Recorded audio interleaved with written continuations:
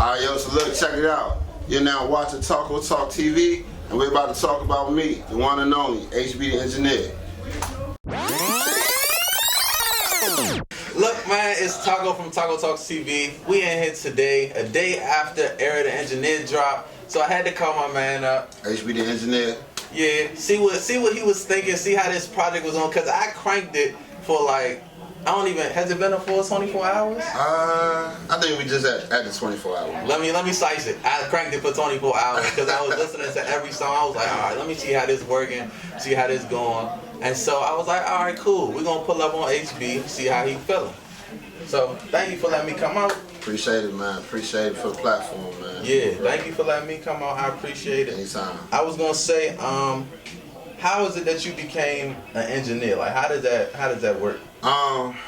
Main thing is I started out producing. Yeah. So just through the process of producing, linking up with different artists, we got to a point where we was ready to record some records. We had no way to record. Yeah. So then that really sparked everything for me. So I just got into a process of actually engineering, yeah. and I fell in love with that. Yeah. Like, and everything else is history after that. So I was looking at the tape, and I'm trying to figure out what is the difference between like a producer and an engineer, because I don't know. You know, I do interviews, I don't know the difference between that. Well, I mean, producer composed the beat, the music. Yeah. So they would pretty much create the music we listen to that the artist raps to. Yeah. An engineer is pretty much he's the middleman of the producer and the artist. So he would take that production and the vocals, and pretty much his job is to make all that sound good. All of it sound like one. So it's like mixing and mastering. That's what you do. Yeah, I do recording, mixing, and mastering. Okay. All three phases. So that's cool. I was gonna say, when you were younger, is this something that you knew that you wanted to do? Like, did you know, like, yeah, I'm gonna grow up and I'm gonna be an engineer? Nah, to be honest with you, I think right after I got out of school, I've been in love with music since day one. But when it got to actually doing it, it started like right after I graduated. You know what I mean? I just got right into it, and then it just like all came together, and I was like, dang, I really, you know what I'm saying? I really love this jump. So yeah, that's how it really came out. Like, since you did it, what was your first song like, or who was your first artist that you worked with? If I can remember, my man Pay Paul, I think he was the first artist I ever like produced for. And how was that? Was that like, was it some crank, or was it like you was just trying to get some music out? Like, honestly, I'm keeping 100 with you. Like, when we was doing it, it was crank. When I listen to it now, it's trash. Like, I was like, what was he thinking? You know what I'm saying? But yeah, that really what it was. But in the moment, you always feel like it's dope. Do you feel like you evolved from that point? Absolutely. Where you were back then? Absolutely. Way more studying, just way more experience, knowledge of making music. You know. I respect that. What would you say? All right, let's fast forward back to current day. What would you say your favorite thing off of Era the Engineer was? Your favorite project, either putting together or like when you went back and listened to it, you was like, dang, this joint is cranking. Yeah, well, you know, with Era the Engineer, I went through two phases of it. My initial concept was I wanted to put together some music that was musical, and it cranked at the same time. And I wanted to highlight certain artists that I respected or I thought was talented. You know seen that, and I like that. And the very first phase was those records was actually coming out like that. It was very musical, but I was like, dang, I wanted to crank a little bit harder. Yeah. So actually what ended up happening was I had a studio session with Cruz and Santana. Yeah. And me and him would get together and he'd play some production, he'd play stuff that he's working on. And when he was playing me these set of production, I was just blown away. I was like, man. I was like, you know what? I need to go in this direction with it. And then from there, everything was just falling into place. So you said phase 1 and phase 2. Yeah. Which tracks was like the first ones? The phase 1 tracks. Actually, the first record I put out with the whole concept of HB the Engineer and working with artists was All I Want with Quran. Yeah. So when we did that record, that really just got it going. And everybody was loving just everything me and Quran did with that record. You know what I'm saying? I was just like, hey, you might be on to something here, you know what I'm saying? So and it went from there. So that actually got everything going. and just going through the process. I did one with Lizzo. Yeah. We did one called Benji's. Yeah. And when I did those 2 records, I was like, you know what? Yeah, this I think this is a lane for me to keep this going. You know. I like that. I think is No Limit the joint with Lizzo on it? No, actually, yeah, that's on the album. We got one called No Limits, and that's Lizzo and somebody else on it. And Z-Rock. Yeah. Oh my Z-Rock goodness. is on there. So first one we did was Benji's. Yeah. And I put that out as a single. Yeah. So All I Want, then it was Benji's, and then I was like, then I came with Peons with Big Fox. Yeah. Peons was cranking. I think that's like one of the ones that like put your name out to the streets. People knew about you, and it wasn't like nobody knew who HB was, but like that joint got everybody listening. Like it's a short song. And everybody cranking it, so everybody was like, "Man, Peons crank!" Like I crank Peons, even though it's like 1 minute, 2 minutes. I'm listening to it all the time, and so I was like, "Yeah, that joint crank."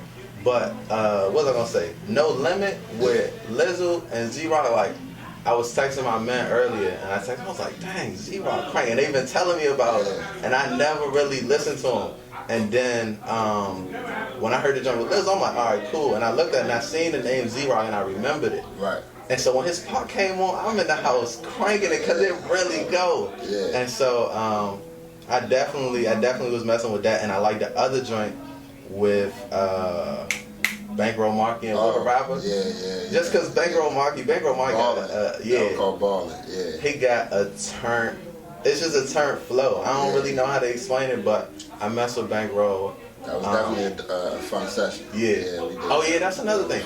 So did the people like recording Area the Engineer? Did everybody come into the studio or this? Absolutely. Okay. Yeah. One of the things I wanted to do with this project, I didn't want to send anything. Yeah. Like so, everybody know me. I hate sending like stuff out. So because I knew I wanted to be very cohesive. You know what I'm saying, with the record. So I didn't want it to feel like it didn't go together. So I knew that in order to pull that off, we all had to be in the studio. Even if it was one-on-one with an artist, I just knew that it wasn't a let me send it to him type thing. It was let's come in the studio, we're gonna go through some records and my ideas and their ideas, and then we put it all together. A lot of engineers say that it's better to have like in-house sessions. Just because like the energy is better, and like for the energy, who you think you had the best session with? Honestly, I think all of them was great. But the more turned up ones was definitely me and Big Flop. That was the ones. I mean, our sessions, man, we was just like, we was jumping. You know what I'm saying? It was just super turned up. Big Flop is turned, man. Free Flop, definitely Free Flop, man. Come on soon. What was I gonna say though? I was gonna say the voicemails. What was your inspiration behind that? Like most projects, they got skits in between, but the voicemails, they was more so like, I don't know, they was just like a different vibe to them. I liked them.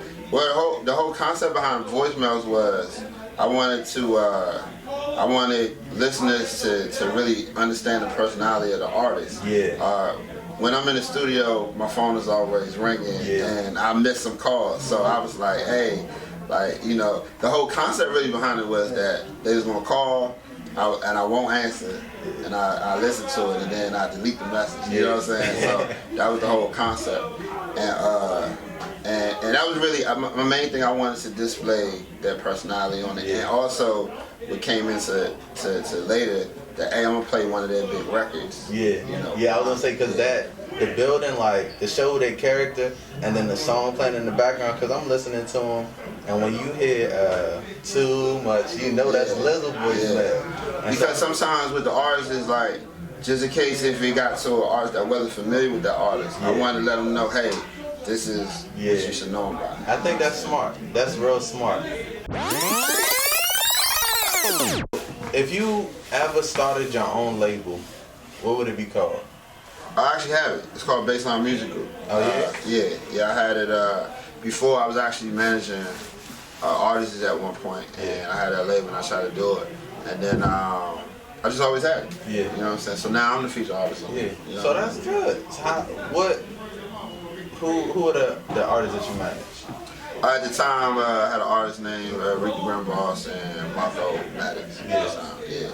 So we had that run, and then I just really, when I did that, I had just, once I went through that run, I had just went back to strictly behind the boards, just because I just had more fun doing that. You know what I'm saying? And then elevated to what I'm doing now. I respect that. When you making a beat or you producing something or creating something, how long does it take before you get to the final product? My process is like I'm quality over quantity. You know what I'm saying? So like whatever it takes, it might take 3 or 4 days. It may take a week. Sometimes it might even take one. You know what I'm saying? I'm just all about the end result. So that's what I work towards. I'm just a quality guy. You know what I mean? I respect that. Other than that, are you a Washingtonian? Absolutely. What is your favorite place in the DMV? I mean, honestly, like just downtown area, because that's where I party at. So, you know what I'm saying? Yeah, I respect that. You catch me anywhere, it's gonna be downtown. What's your favorite club? Actually, like I like all the clubs. To be honest with you, because I had a lot of my friends are DJs. So that's smart. I really go wherever they at. You know what I mean? So I respect. So not loyal to a club. I'm loyal to the DJs. I respect that. I respect that. 5 random questions real quick. See what HB thinking. We always got to see what's really on people's minds. And HB, you know, seemed like a good dude. Seemed like he hip to what's going on. So the first one, questions you got. I got some good one. I think people always like the random questions because it's like, dang, I wouldn't have never thought of that, and that's why they random questions. Got you. But fire away. The first random question: what do you be watching on Netflix? I mean, I just try to watch whatever exclusive movies that I can watch on Netflix. You know what I'm saying? Whatever. A lot of times, man, if I'm still working, I'll miss it. I just hop on there and like, let me just try to stay up to date. Okay. Second random question: how do you feel about when they was talking about Kendrick Lamar dissing Big Sean and Drake on something Part 4? Wasn't that Look, I just look at all this records. If you don't say their name, it ain't meant for them. Everything is subliminal. Everything is decoded. So it's just like, I just feel like when they do something, they do a record, and everybody just be like, yo, man, he took a stab at Big Sean. Hey, look, he didn't say his name. You don't think if the shoe fit, then you go wear it? Nah, because anybody can fit it. You know what I'm saying? Just about. Because it's like, it's almost like somebody watching a fight. And you got 2 different stories. I mean, me and you can watch a fight, you gonna have a different story, I'm gonna have a different story. Why? When we watching the same thing. It's just we took it in differently. You know, the perspective is different. You know what I'm saying? We looking at the same fight, you gonna be like he won, I'm say he lost. That's just the nature of it, you know what I'm saying? I respect that. 4th random question. If your house was on fire and you woke up and you could only grab one thing, what would it be? My microphone, my Sony 800G. That's an expensive mic? That's a very expensive microphone, man. That's a microphone that Kendrick used, Dr. Dre, Beyonce. Like, that's the key to having everybody sounding good. So if I live right, man, you know, hey, wear that Sony microphone, man. I need that. Forget the Jordans. Forget the foreign shoes, all that. Give me that microphone. I respect that. The last final question. If you could pick any superpower that you would have, what would it be? To go back in time. For real? Not go forward? No, I want to go back. Only go back? I want to go back. If I had time to, like, I can go back. Because sometimes, see, I'm a perfectionist. So if I made a mistake, I want to be able to go back and change it so the outcome will be better. Yeah, absolutely. All right, so just to touch on that, what if you went back and you came back and it was a new era? Would you go back over and over and over and over again? I just could keep doing it, I just keep doing it. What if you never get it fixed? I just keep doing it again. I would never get old, none of that. You get what I'm saying? I respect it. Just touch base, you know, it could be anything. Something I missed, you know. Well, that's it for now. Thank you, HB, for sitting with us. Thank you, man. Appreciate it, bro. Make sure you stay tuned. We about to get into the Taco Talk exclusive. But sweet dreams, designer jeans. Peace out, Girl Scout. And make sure you stay tuned to Taco Talks TV. Like, subscribe, comment, all that. We out.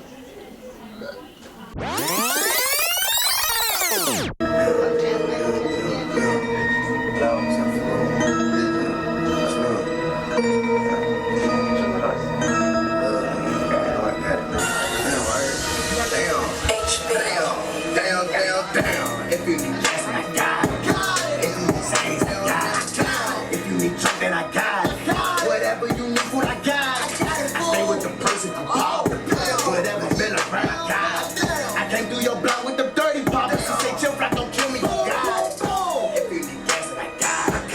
If you say I got